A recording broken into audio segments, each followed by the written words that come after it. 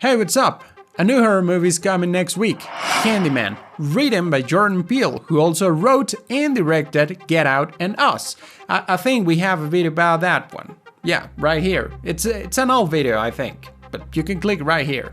The new Candyman is actually a sequel for the original 1992 movie of the same name. That's why today I'll tell you the story of that one.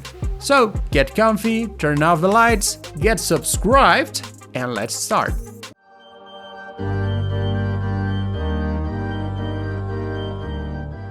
The story begins with someone telling another story of a girl and her lover about to boom boom. They get to the bathroom and she says, "You've heard of Candyman? If you say his name 5 times in front of the mirror, he'll get here and kill you with a hook." Yeah, you know, I'm not sure if that's setting like the right mood for the moment. So the man says the name 4 times, but then he goes downstairs because he's not stupid. But she stays and says it once again, so Candyman kills her.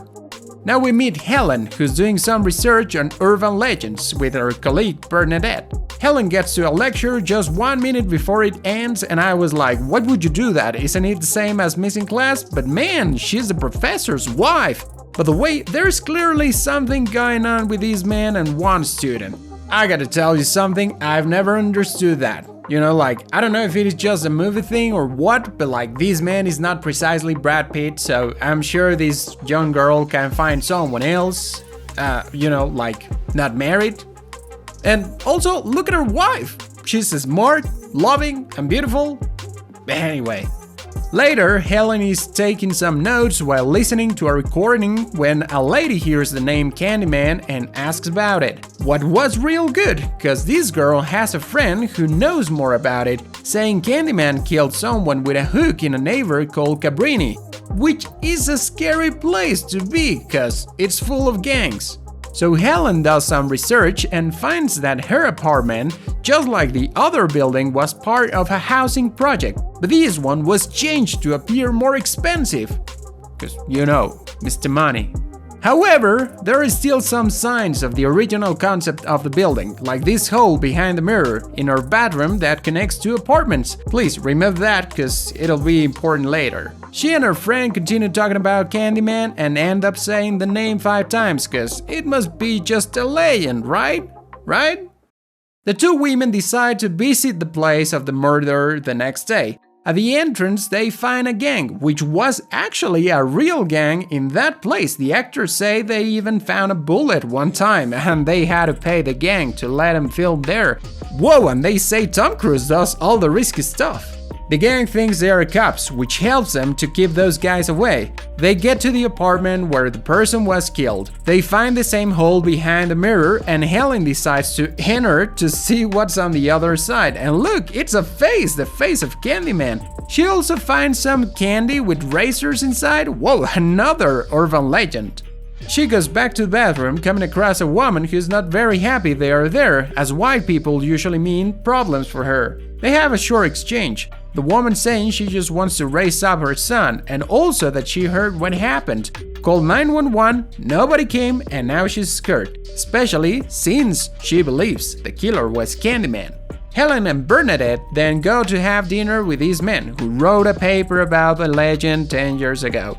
He gives us a bit of a backstory for Candyman, saying he was the son of a slave, but after the Civil War, his father became rich. Candyman was a painter, and when a rich man asked him to paint his daughter, they fell in love, and she got pregnant. The father wasn't happy about that, so he paid some men to do the dirty work. They first took his right hand with a saw and then proceeded to cover his body with honey, making hundreds of bees, stung him to death. They burned the body and scattered his ashes over Cabrini Green.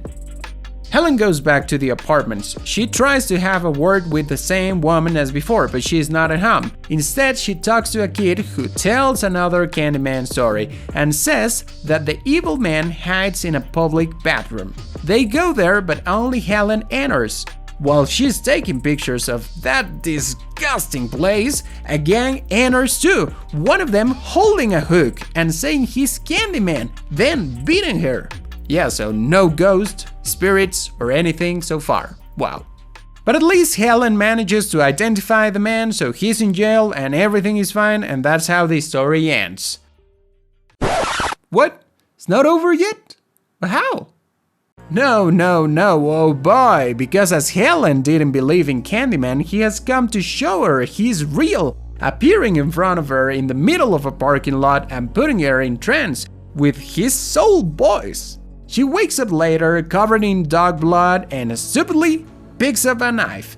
She finds out she's in Anne-Marie's house, the woman who helped her in the building the first time. They start fighting, and right when Helen overpowers Anne-Marie, the police arrive. That doesn't look good for her and ends up in jail as she was in fact the one who killed the dog. Wow, you better be careful with hypnosis. The detectives also mention that Anne-Marie's baby is lost, but Helen says she doesn't know anything about that.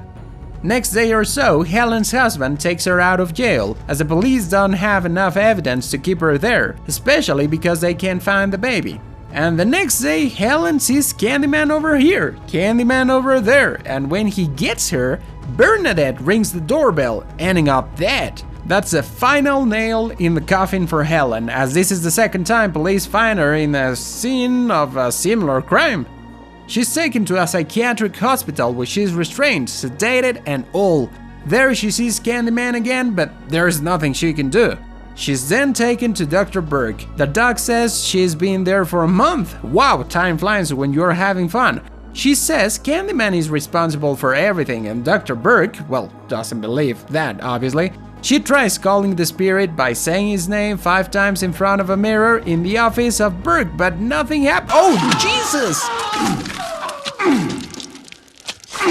Candyman then removes Helen's restraints and flies out of the building. Helen escapes through the window too, knocking out a nurse and stealing her clothes. She then goes back home only to find out that her husband is living with a girl, a student. Man, come on! Feeling there is nothing left for her, Helen goes to the apartment in Cabrini Green. There she finds Candyman sleeping. I didn't know the spirits had to sleep. She stabs him with a hook, but that has no effect at all. Candyman then puts a lot of bees on Helen and then takes the lost baby with him. Helen wakes up with no bees or stings and no signs of Candyman. She goes out of the building and hears the baby cry inside a giant bonfire. Why is anybody making a giant bonfire? The real question is, why not? She uses a hook to get inside the structure, while the boy who helped her previously sees that from the distance, thinking it's Candyman. He calls everyone saying they should burn Candyman inside that thing, so they start throwing torches there. Meanwhile, Helen gets the baby, but Candyman gets her. In that moment, she fights back, leaving the spirit behind and managing to save the baby, although not herself.